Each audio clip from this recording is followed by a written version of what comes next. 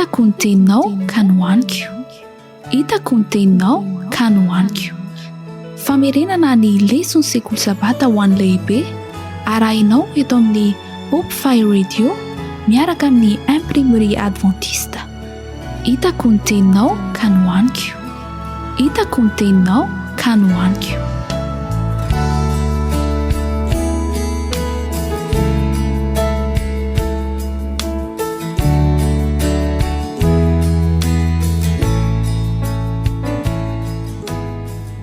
Tamin'ity herinandro ity isika dia nandinika ny fiantraikan'ny avonavona eo amin'ny fifandraisantsika amin'Andriamanitra sy amin'ny hafa.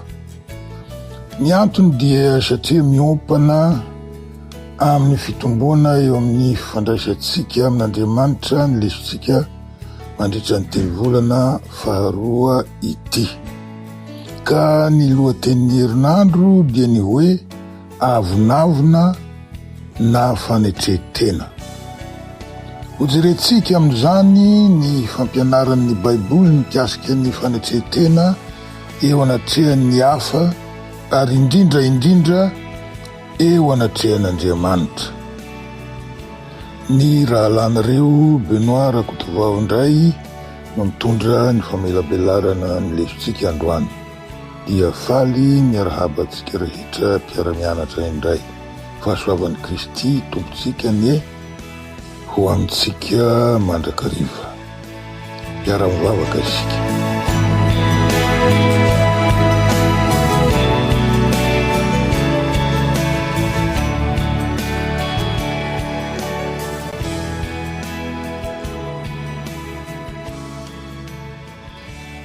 Rainay tsara sy masina indrindra ny zanitro. Tsy mitsahatra izahay ny misaotra sy mideranao noho ny fitiavanao lehibe. Tonga miakohoka manoloana ny seza fiandrianan'ny fahasoavanao izahay, hitalaho aminao sy mangataka ny famindramponao. Avelao dia avelao tokoa ny fahotanay, arotsahy aminay ny fanahinao masina hitady-dalananay, ary sokafy ny foamam-panahinay ahay mandray ny teninao. Amin'ny anaratsoanao Kristy o. Amen.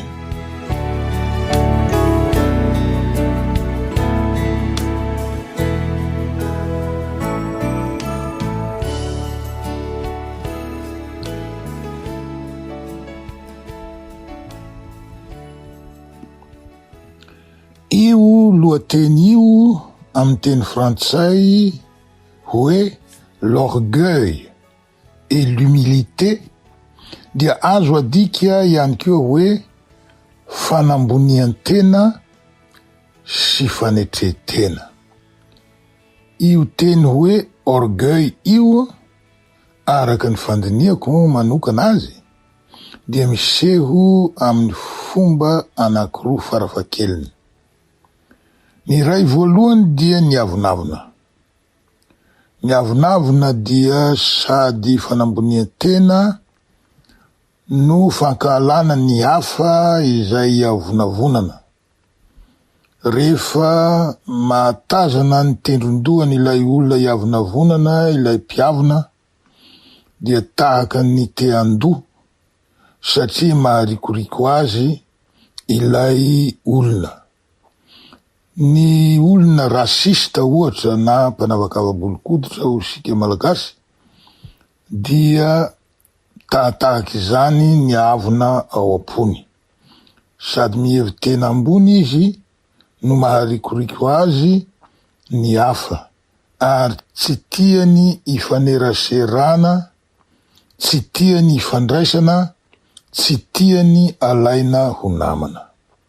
Zay zany anankiray. Ny fanambonian-tena faharoa dia miseho amin'ny antsoin'ny frantsay hoe condescendance. Ny olona condescendant dia miseho ho namanao izy, nefa fiatsaram-belatsihy no betsaka, ary tiany ihany ny miaraka aminao nefa ao an-tsainy olona ambany noho izy ianao. Ka mahatsiaro tena voatery manao ezaka be izy midina ambany mba hitovy laharana aminao. Indraindray tsy fanahiniany no anaovany an'izany, fa eo amin'ny teny ampiasainy, eo amin'ny vazovazy ataony no ahatsapanao fa tsy olona mitovy saranga aminy no fandraisany anao. Izany no mampidina ambany azy mba hitovizany aminao, fa tsy mety ho lasa namany izay ambany noho izy ianao raha tsy miala avy eny amin'ny fahamboniany izy ka midina eo amin'ny laharana ambany misy anao. Zay zany. Ka na ilay voalohany na ilay faharoa dia samy manambara fanambonian-tena avokoa. Ny toetra mifanohitra amin'ny havina na fanambonian-tena dia ny fanetretena, dia ny fanetretena tena izy. Andriamanitra tsy mankasitraka ny havina na fanambonian-tena, tsy mankasitraka ny olona mirehareha, fa mankasitraka kosa ny fanetretena.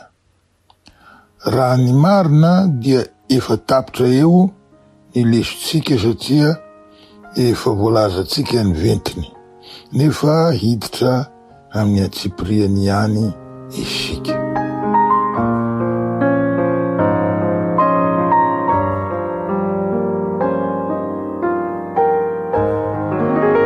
Leson'ny Alahady 12 avrily ny taona 2024, mangeja ny avinavina. Hoy ny apôstôly Paoly hoe: kanefa tsy nahalala ny ota aho raha tsy tamin'ny lalàna, satria tsy fantatro akory ny fitsiritana raha tsy ny lalàna no nanao hoe aza mitsiritra. Romanina 7:7.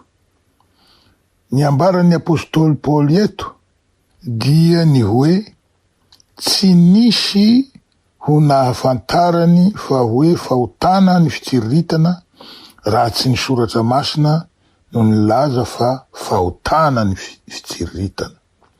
Ny tiako ahatongavana dia zao: ho fantatsika mora foana koa ve ny fanambonia-tena, ny fireharehana, ny avonavona raha tsy nolazain'ny Baiboly hoe tsy akasitrahan'Andriamanitra?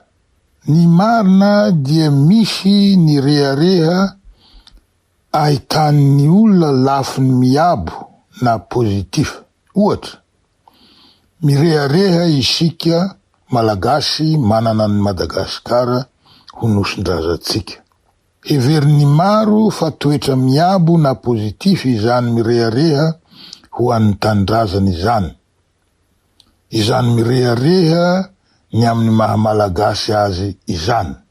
Ka na misy aza lafitsarany ampiasan'ny olona io hevitra fanambonia-tena io, mety hita avy hatrany eo amin'ny fiarahamonina ihany ny maharatsy azy, ny mahafahotana azy, na dia tsy ho nilaza aza ny soratra masina. Satria misy ny fahotana izay hita miharihary avy hatrany ny mahafahotana azy, toy ny famonoana olona ohatra. Fa misy kosa fahotana sasatsasany tsy dia mivandravandra loatra, ka tsy mora hita raha tsy ny soratra masina no manatsikafina azy. Ka mety ho anisan'ireo fahotana sasatsasany sarom-patarina tahaka izany ny sokajim-panambonia-tena sasatsasany. Satria araky ny fahitako azy, misy ambaratonga ny avina sy fanambonia-tena. Nisy lehilahy tao an-tanànanay izay nirehareha fatratra tamin'ny fananam-bolany tany amin'ny taona 710 tany hoany no niseho ny tantara. Namboly vanilla be izy, aman-taoniny maro no vokatra, ka sendra ny vidiny vanilla tsara tamin'io, ka nahazo vola be antapitrisany izy. Ndao atsoitsika hoe i Bezara ny anarany, mba tsy hanonatsika ny tena anarany eto. Dia nanao vava ho rentany sy ho rendanitra izy, Bezara zany, hoe aza mba maniry intsony izay vary amboliny Bezara, fa ampy azy ny volany ka afaka mivelona amin'ny varigony izy. Fantatry ny olona avy atrany fa tsy fitenin'olona manampahendrena loatra io teny nataony io, ka samy nanakina izany fireharehany izany ny olona. Ohatra iray amin'ny fanambonia tena mora tsikaritra io aninga Bezara io, fa misy karazanavina sarotsarotra hita, fa ny Baiboly tsy manisy ambaratongany eo amin'ny avina sy fanamboni tena. Ny soratra masina manambara sy manazava fa tao amin'ny Lucifera no niandohany ny avinavina na fanamboni tena.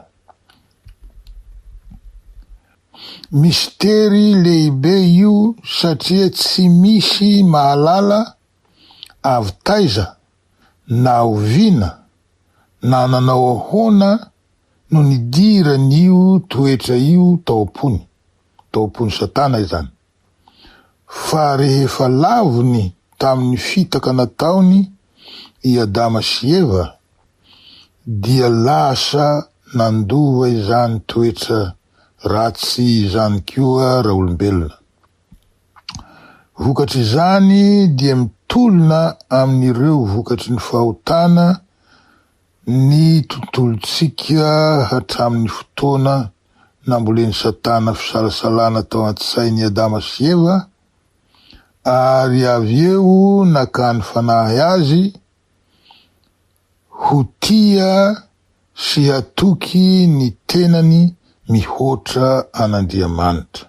Lasa tandra vadikoditra amitsika taranak'olombelona io toetra manambony tena io toetra mihevitra ny tenatsika ho ambony noho ny hafa io, ka mahatonga atsika hieboebo anaty, na asehontsika mivantana izany, na mitapisaka ao apotsy miloka. Misy aza milaza fa na ireo manetry tena aza dia mirehareha amin'izany toetra manetry tena ananany izany. Manageja ny olon-drehetra ny avinavina na ny fanambonia tena.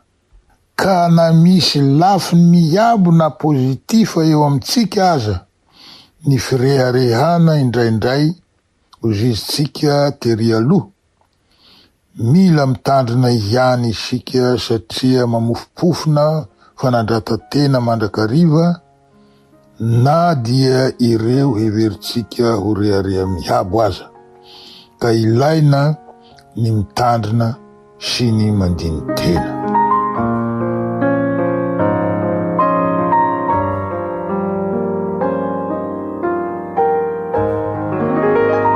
Leson'ny alatsinainy 13 avrily ny taona 2022, diniho ny tenanao. Nomenantsika ho vakina ny fanoharana ao amin'ny Lioka 7:20 ny 1:7 ka hatramin'ny 1:14, momba ilay fariseo sy mpamory hetra izay samy nivavaka. Ilay fariseo nitsangana ka nivavaka nitokana hoe, Andriamanitro, misaotranao aho fa tsy mba tahaka ny olona sasany izay mpanao akeriny, tsy marina, mpijangajanga, nataka io mpamory hetra io aza. Mifady indroa isan-kerinandro aho, mandoa ny 10 amin'izay azoko rehetra aho. Fa ilay mpamory hetra kosa nijanona teny lavitra teny, sady tsy nety ny andrandra ny lanitra akory, fa niteatratra ka nanao hoe Andriamanitro mamindra-fo amiko mpanota. Lehilahy anakiroa no aseho antsika eto, samy nivavaka izy reo. Ny anakiray voalohany ny fariseo, tsy nahita afa-tsy ny hatsaran-toetrany, ka lasa jambena ny masony, ka tsy nahita ny mahampanota azy. Koa satria tsy hitany ny fahotany, dia tsy afaka manatona ny Kristy izy mba ho sasana ka hadio. Ilay lehilahy faharoa kosa niaiky ny fahotany rehetra, dia ho voasasa izy ka hadio, satria izay no andrasan'ny Kristy amin'ny mpanota rehetra, hahazoany mamela ny elony. Ka hoy Kristy namarana ny fanoharana hoe, lazaiko aminareo izany lehilahy izany, izany hoe ilay mpamory hetra io, nidina tany antranony efa nohamarinina noho ny anakiray, izany hoe ilay fariseo io.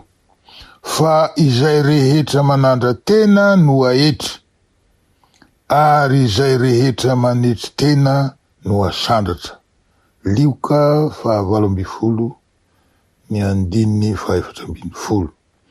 Manoro hevitra atsika koa Jesosy mba hifidy ny toerana ambany indrindra, ka hamela ny tompotrano hanandratra antsika raha sitrany izany. Lioka 18:15-20. Fanampin'izany rehetra izany, hoy ny mpanompovavin'ny tompo Madame White hoe, izay mahalala ny tenany fampanota ihany no azon'ny Kristy vonjena. Henoinareo ny fanoharana takila 450. Fehiny izany rehetra izany, izay tsy mahatsapa ny tenany ho mpanota, dia tsy hahatsapa ny ilany famelan-keloka, ka tsy handray ny famonjena. Fa izay mahatsapa ny fahotany ihany no manatona ny Kristy ka ho voavonjy. Hoy Petera 1:5-1 amitsika hoe, fa Andriamanitra manohitra ny miavonavona, fa manome fahasoavana ho an'ny manetry tena. Ka adidiny izay rehetra mikatsaka ny famonjena, ny mandinika lalina ny tenany. Zay zany ny lesony alatsinainy.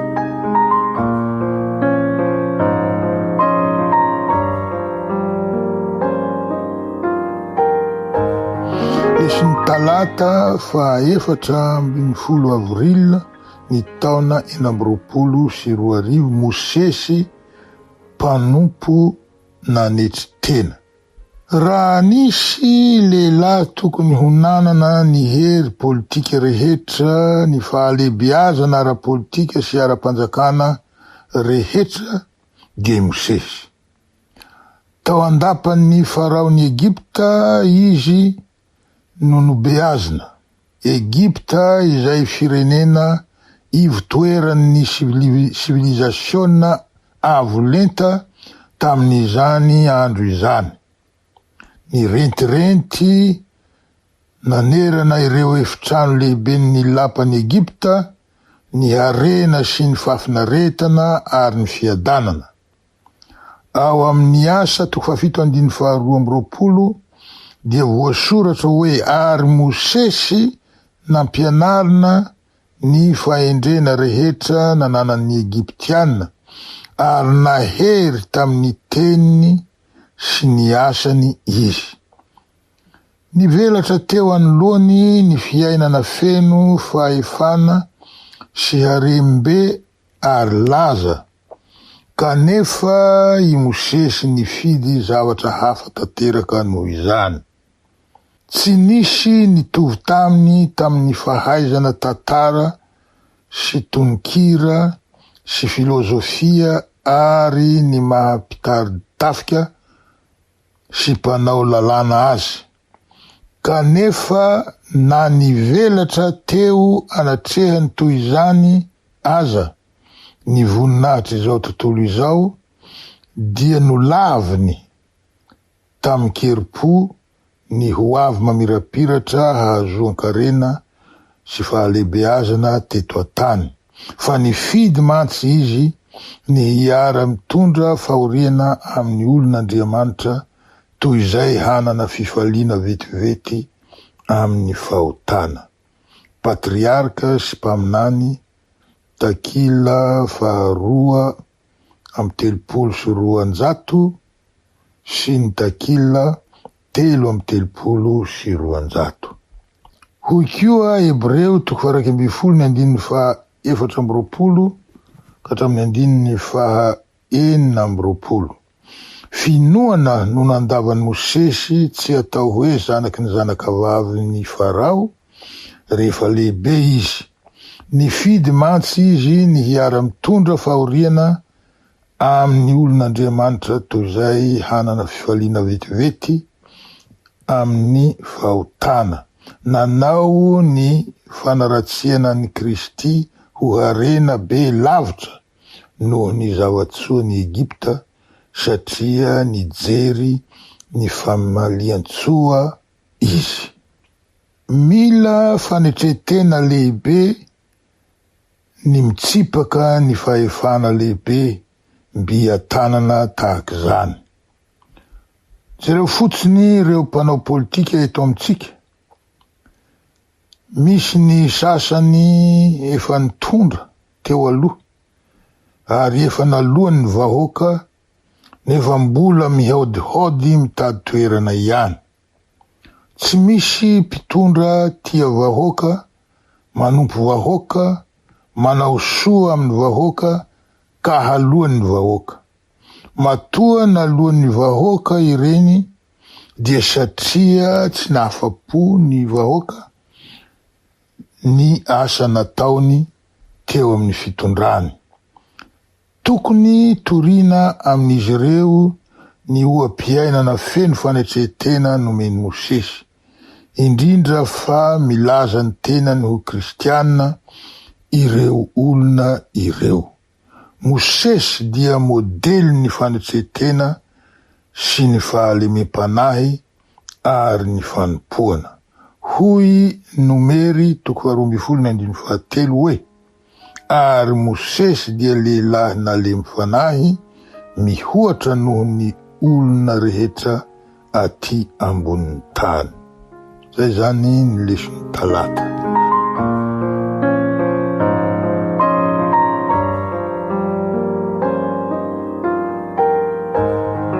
Leson'ny alarobia 15 avrily ny taona 2020, ny zava-manafitohina indrindra. Vakitsika ny ao amin'ny Liko 2:20, ny 4:20 ka hatramin'ny 7:20. Ary nisy koa fifandirana tao aminy, ny amin'izay anankiray aminy hatao lehibe. Ary hoy Jesosy taminy, ny mpanjaka ny jentilisa mampanompo azy, ary izay manapaka azy no atao hoe mpanao soa. Fa tsy mba toy izany ianareo, fa izay lehibe aminareo dia aoka ho toy ny zandry, ary izay manapaka dia aoka ho toy ny mpanompo. Fa iza moa no lehibe, izay mipetraka mihinana va sa izay manompo? Tsy izay mipetraka mihinana va? Fa izaho dia eo aminareo toy izay manompo. Zay zany novaky ny teny. Inona ny zavatra nitranga teto? Valiny, niady laharana ny mpianatry Kristy. Samy teo ambony, samy teo lehibe. Io lay fanambony tena nolazaitsika tery aloha. Ity lesitsika ity dia manambara amitsika fa mora de mora amitsika ny manandra tena. Kanefa tsy manova na inona amin'ny fomba fijeriny lanitra tsika ny mampahafantatra ny hafa ny zava-bitatsika sy ny fahaizantsika. Fa ny mifanohitra amin'izay no izy eo amin'Andriamanitra, satria izay rehetra manandra tena no hahetry, ary izay rehetra manetry tena no hasandatra. Toko sy andininy efa novakitsika teo io, ary hita koa ao amin'ny Matio 7:20 ny andininy 12:10. Mety azo eritreretina fa taoriany ny fotoana lava ny arahan'ireo mpianatra, ireo akaiky tamin'ny Jesosy, tsy karazana ady hevitra toy izao no ho niseho teo amin'izareo. Tsy zany anefa no nitranga, fa mbola ny sainy izao tontolo izao ihany no mbola hita teo amin'izareo. Dia hoy Kristy tamin'izareo hoe, ny mpanjaka ny jentilisa mampanompo azy, ary izay manapaka azy no atao hoe mpanao soa. Fa tsy mba toy izany ianareo, fa izay lehibe aminareo dia aoka ho toy ny zandry, ary izay manapaka dia aoka ho toy ny mpanompo. Filozofia mifanohitra tanteraka amin'ny filozofia n'izao tontolo izao, izany filozofia izany. Hoy ny mpanompo vavin'ny tompo hoe, tsy misy zavatra mampalahelo an'Andriamanitra sy mampidoza ny fanahin'ny olombelona tahaka ny avonavona sy ny fiheveran-tena ho ampy. Eo amin'ny fahotana rehetra dia io no tsy misy fanantenana indrindra sy tsy azo sitranina indrindra. Hita izany vakiteny izany ao amin'ny boky Henoinareo ny fanoharana, takila 500 edition 4:20.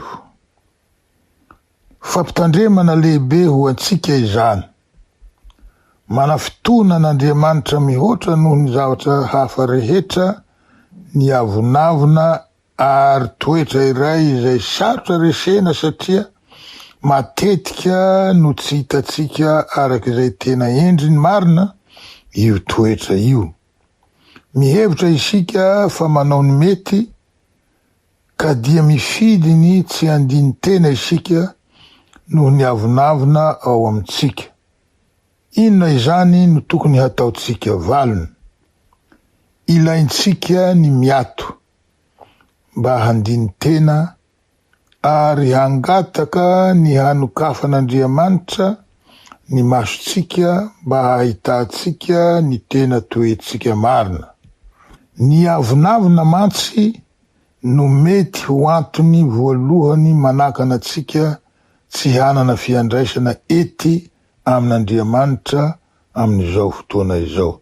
Tadidio fa ny fitomboan'ny fifandraisantsika amin'Andriamanitra no tanjotsika amin'ity lesony 3 volana faharoa ity.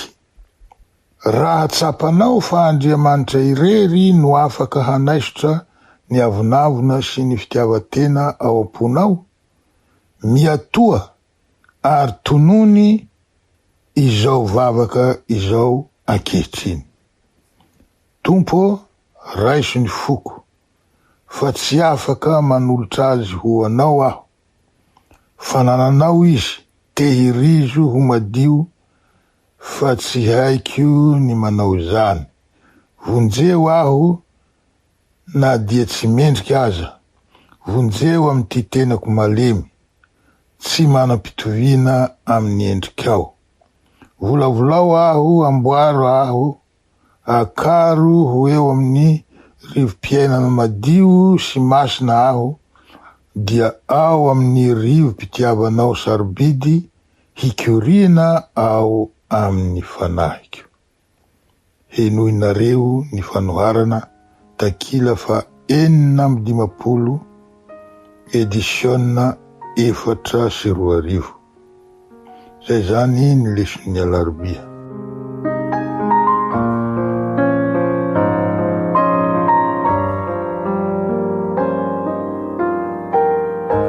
Tonga eo amin'ny leson'ny alakamisy 20 avril taona 2022. Banjino izy.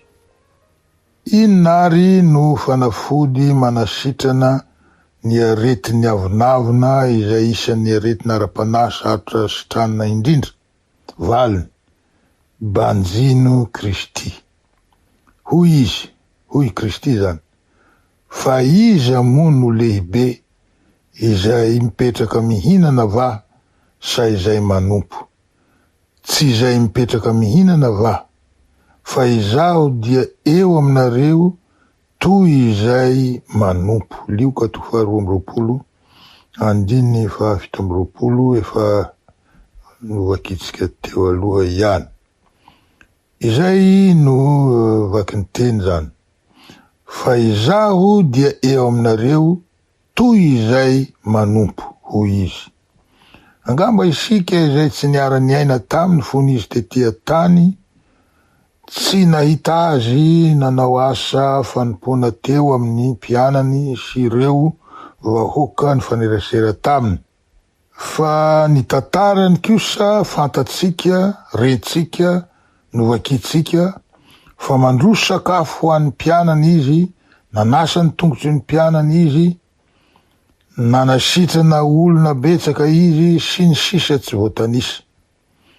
Ary ny asa fanompona lehibe indrindra nataony dia nanolorany ny tenany ho faty ho antsika teo amin'ny hazo fijaliana.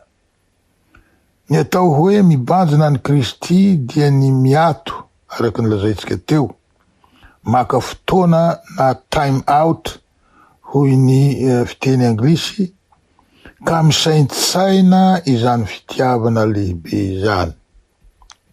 Ny fitenitsika eto Antananarivo ohatra dia izao hoe, raha maty aho, matesa rahavana. Raha maty rahavana, matesa ny omby.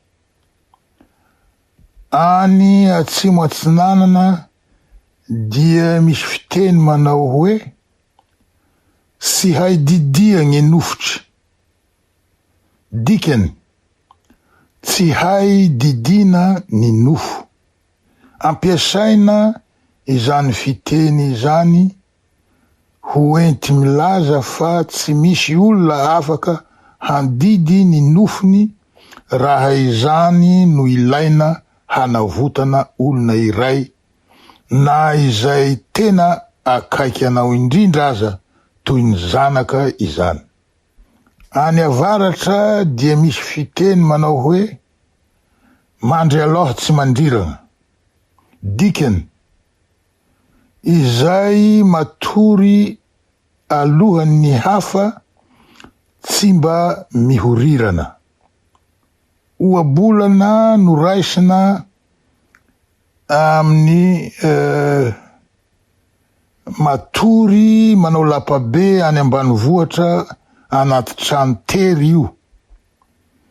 Any ambanivohatra mantsy misy trano eo anankiray na anankiroa eo an-tanàna ataon'ny ankizy lahy salatsalany fatoriana, karazana dortoir zany. Dia ireo ankizy lahy tsy mbola manambady nefa efa lehibe ka tsy afa miara matory any amin'ny ray aman-dreniny intsony. Izay tonga aloha amin'io dortoara io dia tsy miraharaha izay tratraorina any, fa dia mivalapatra maka izay toerana ampy azy tsara. Ireo ohabolana nytanisaitsika teo dia ohabolana enti miaro sy manohana ny fitiavatena daholo. Ohabolana izay tsy mba hita any amin'ny repertoarany Kristy. Fa amin'ny Kristy, raha maty rahavana matesa aho. Amin'ny Kristy, azo didina ny nofo hamonjena ny hafa. Amin'ny Kristy, omeny toerana izay mila toerana. Izy no filamatra ho atsika. Izy no ohatra velona ho atsika. Raha ny fanetretena no resana. Rehefa mitodika aminy isika, dia manjary tsinotsinona ny zavatra hafa rehetra, indrindra ny tenatsika sy ny fiheverantenatsika ho lehibe. Azo antoka tokoa fa ho foana ny izahontsika rehefa mibanjina azy isika.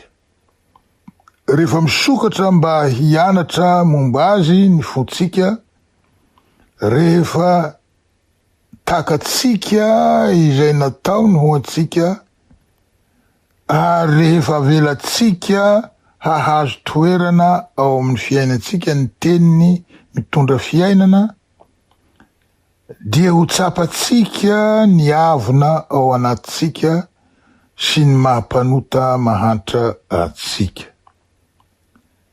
Ireo mpianany izay niara-ny aina sy nianatra taminy aza, nitolona tamin'ny avonavona ka vao maika moa fa isika. Tsy afaka ny hitombo ao amin'ny fifandraisana amin'ny Jesosy isika raha tsy manetry tena. Manokana ary fotoana hiarahana aminy izao. Raiso ny baibolinao sy ny penina ary ny diary na takelaka taratasy madio anankiray, ka mitadiava toerana mangina, angamba any ivelan'ny trano ohatra. Asao Andriamanitra hanohina ny fonao sy hibitsika ao am-ponao. Adikao ao amin'ny diarinao ny teny rehetra ao amin'ny Salamo 8:30. Dia izay indray ny famtinana tsotsotra ny lesontsika tamin'ity herinandro ity. Misaotra nareo, misaotra antsika rehetra naharitra ny aino hatramin'ny farany. Ny tompo anie homba antsika mandrakariva. Hiara-hivavaka isika.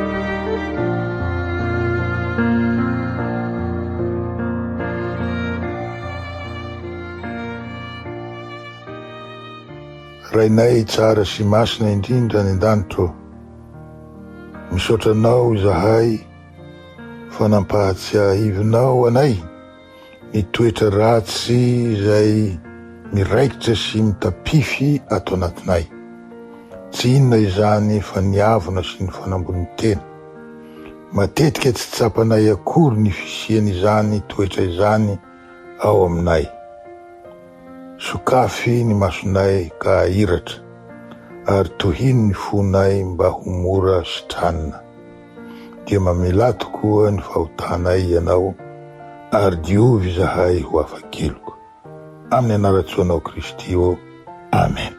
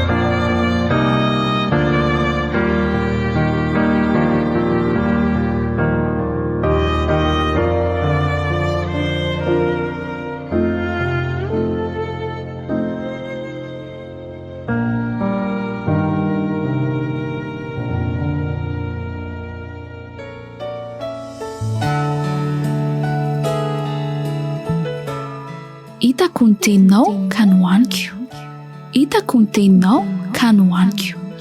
Famerenana ny lesona sekoly sabata ho an'ny lehibe arahinao eto amin'ny Hope Fire Radio miaraka amin'ny imprimerie adventiste.